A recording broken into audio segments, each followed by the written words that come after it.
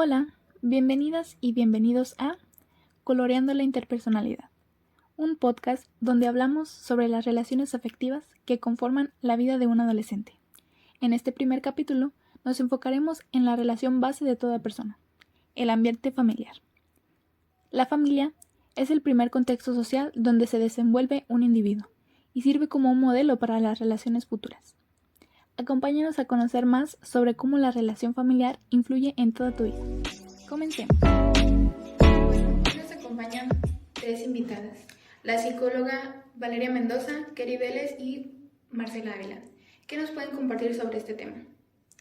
Bueno, yo, Valeria, me gustaría hablar acerca de la familia como base de la interpersonalidad en los adolescentes. Es claro que el hombre y la mujer necesitan sentirse queridos, apoyados, seguros también. En definitiva, necesitan establecer ciertos vínculos de afecto conforme van creciendo. Y bueno, ¿quiénes son los mejores candidatos para establecer dichos lazos? Efectivamente, la familia. Hablando de una familia nuclear, familia paterna, familia materna, pero en sí, la familia es la base principal.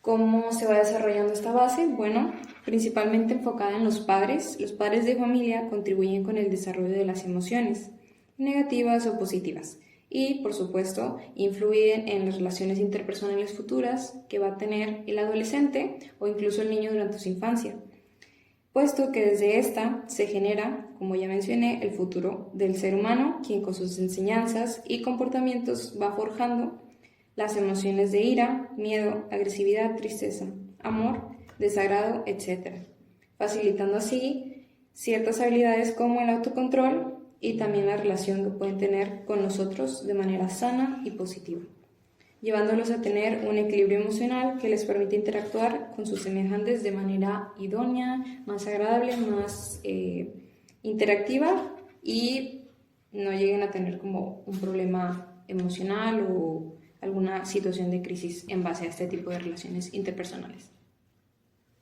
Y tomando esta idea de los padres como un papel fundamental para el desarrollo de la personalidad del adolescente, pues podemos decir que entonces existen distintas formas de crianza, ¿no? ¿Podrían mencionar alguno de ellos? Sí, uno de ellos podría ser el que beneficia al adolescente. Este se llama crianza educativo democrático. Este tiene las siguientes características, que sería la autoridad firme y razonable, en donde sí hay reglas, pero estas se construyen junto con el hijo. Según su edad y comportamiento a la hora de implantarlas, tiene muchos beneficios como el aumento de autoestima. Así el hijo se siente un poco más seguro y podría también tener más autocontrol de, no sé, de impulsos, y los valores, resolución de algunas situaciones, y con este método tiene más confianza en tanto a ellos mismos y a los padres. Pero pues no sucede en todos los casos. Claro, entonces existen más modelos de crianza. ¿Podrían mencionar algún otro y describirlo? Claro que sí. Yo les voy a hablar de un modelo que, en vez de hacerle un bien y beneficiar al adolescente o al individuo, le hace un mal y lo afecta. Este es el modelo autoritario, el cual hace que el individuo no tenga la capacidad de tomar decisiones y por esto se imponga acatar solamente las normas que dan las demás personas, sin tener en cuenta su propia opinión. Esto se debe muchas veces a que en la familia la comunicación abierta entre los integrantes es casi inexistente. Este modelo también puede ocasionar que el adolescente no quiera explorar el entorno que le rodea y que su autoestima y autoconfianza sea baja. Y pues como esta autoestima y autoconfianza es baja, pues como dijimos anteriormente, no puede tomar decisiones por sí mismo, piensa que su opinión no es importante y por lo mismo pues acata decisiones de los demás. En lo personal, mi experiencia con este tipo de crianza, que es el que podríamos decir que mis papás han tomado, mi mamá, pues como era niña chiquita, pues yo quería pues explorar mi entorno, explorar la casa de mi abuelita, la casa de mi mamá, Pero cuando yo tomaba una cosa que podría lastimarme o que podía hacerme un daño, mi mamá me volteaba a ver o incluso me tronaba los dedos y ahí sabía dónde era el regaño. Entonces, como me regañaban, yo crecí con este miedo de como explorar y de intentar cosas nuevas y pues me perdí de muchas cosas e incluso también, como dice el mismo modelo, no podía tomar decisiones porque yo esperaba que mi mamá me ayudara a tomar estas decisiones que bien podría tomar yo. Marcelo. De hecho, a mí también me pasó algo similar, que era que mi mamá y bueno, mis padres, tomaban esas decisiones, tomaban las decisiones por mí. Por ejemplo, ellos me decían cómo me vistiera, me decían de que a qué grupos entrar o qué deporte tomar. Y yo siempre esperaba de que pues ellos me dijeran la opinión que tendría que hacer. Y cuando crezco, me pasa que siempre estoy pidiendo opiniones o decisiones para yo poder tener una decisión, que puede ser algo similar que le pasó a Kerry. Valeria. Bueno, en lo personal, el estilo parental autoritario fue crucial para mí con los permisos y las salidas. Desde que recuerdo, inclusive en la secundaria, pedir permiso era muy estresante, muy exhaustivo. Siempre tenía que hacer muchos méritos y muchas cosas para poder recibir un sí. Lo cual, pues de 10 veces que podía pedir permiso, solamente 2 veces me daban permiso. Incluso para cumpleaños, de amigas, salidas al parque o cualquier tipo de permiso, era demasiado show, como quien diría, poder pedir ese permiso. Al final de cuentas, cuando tuve la oportunidad de ser invitada a más situaciones como fiestas, quinceañeras, de pronto otro tipo de salidas, yo empecé a implementar estrategias para decir mentiras y poder conseguir esos permisos. De alguna manera, obviamente producto de la confianza y comunicación inexistente que había con mis papás. Y claro, para evitar ese gran estrés de pedir permiso. Y así como hablamos del estilo parental autoritario, perdón, también está otro estilo de parental que es más o menos lo contrario, que es el permisivo. En este se caracteriza porque se consiente los intereses y los deseos de los hijos por encima de los padres. Y esto también puede ocasionar que los hijos no alcancen una visión ajustada de su autoestima y también de su autoconfianza sobre sus potencialidades y sus limitaciones, que también esto alimenta una falta de autocontrol, también alimenta una mayor impulsividad y una menor persistencia y constancia de sus responsabilidades.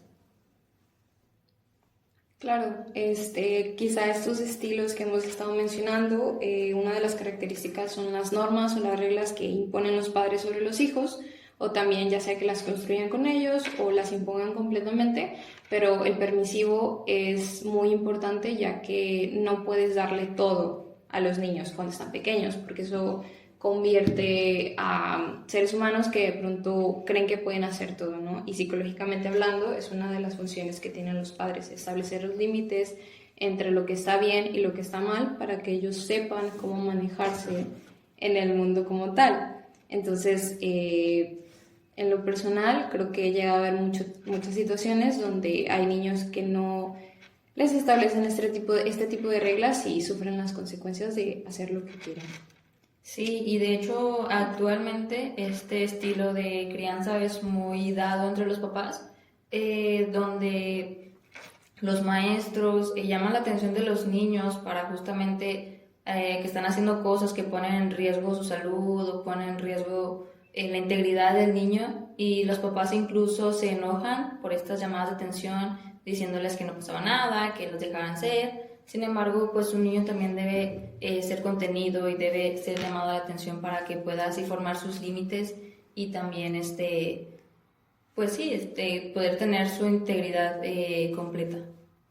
Por eso, o sea, como decía, el modelo de crianza educativo democrático es más o menos lo mismo, en que los padres tenían un acuerdo con el hijo explicándole la situación de que por qué se está tomando esta decisión, por qué le están aportando esto, y así el niño lo pueda entender que es lo mejor para él, por así decirlo.